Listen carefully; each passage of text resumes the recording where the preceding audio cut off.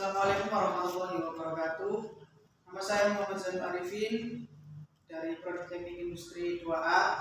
Di sini saya akan menjawab soal UAS kimia. Langsung saja.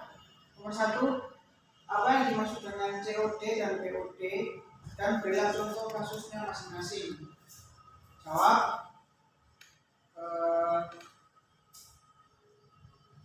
Nomor 1, POD adalah biological oxygen demand. Adalah gambaran total oksigen terlarut yang diperlukan oleh mikroorganisme untuk menguraikan bahan organik di dalam air. Contoh, air dengan nilai POD 1 mg per liter memiliki kualitas sangat baik. COD adalah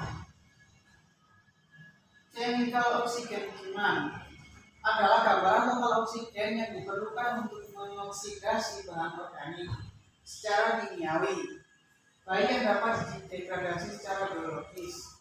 Contohnya, air dengan nilai CO2 1 mg per liter memiliki kualitas sangat tercemar. Kemudian nomor 2, salah satu dampak dari pencemaran udara adalah hujan asam. Senyawa apa yang menyebabkan hujan asam? Jelaskan mekanisme terjadinya hujan asam. Jawab.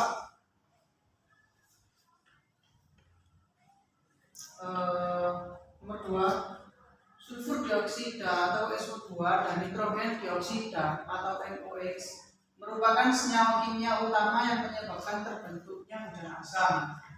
Kedua senyawa tersebut kemudian bereaksi dengan air, oksigen, dan bahan kimia lainnya untuk membentuk larutan sulfurik dan asam nitrat. Kemudian proses terjadinya hujan asam ketika sulfur dioksida dilepaskan ke atmosfer dan diangkut oleh angin dan arus udara.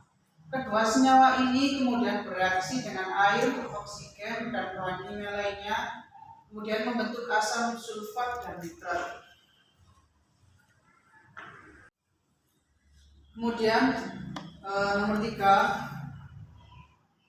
jelaskan parameter kimia apa saja yang dapat digunakan untuk mengukur kualitas limbah cair dan carilah nilai ambang batas dari masing-masing parameter tersebut.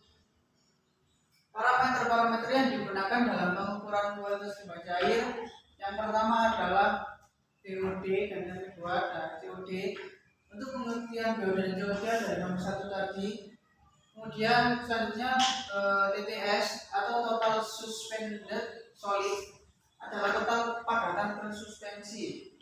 Kemudian yang keempat adalah DO atau dissolved oxygen, adalah banyaknya oksigen yang terkandung di dalam air dan diukur dengan satuan mg per liter.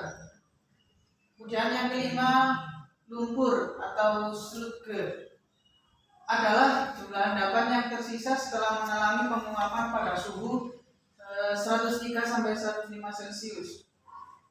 Kemudian yang terakhir adalah lumpur aktif atau activated sludge, adalah endapan lumpur yang berasal dari limbah cair yang telah mengalami pemberian udara atau aerasi secara teratur. Kemudian nomor 4, jelaskan tahap-tahap pengolahan limbah cair hingga limbah tersebut dapat dilepas ke lingkungan.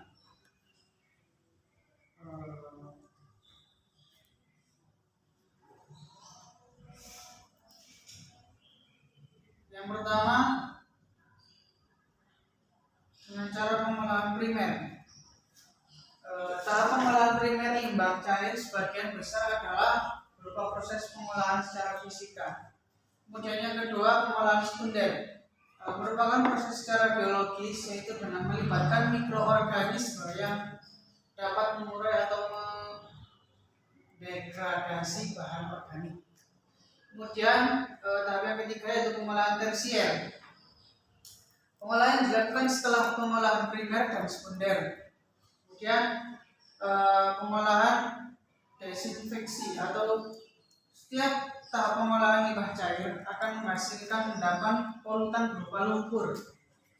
Lumpur tersebut tidak dapat dibuang secara langsung, melainkan perlu diolah lebih lanjut.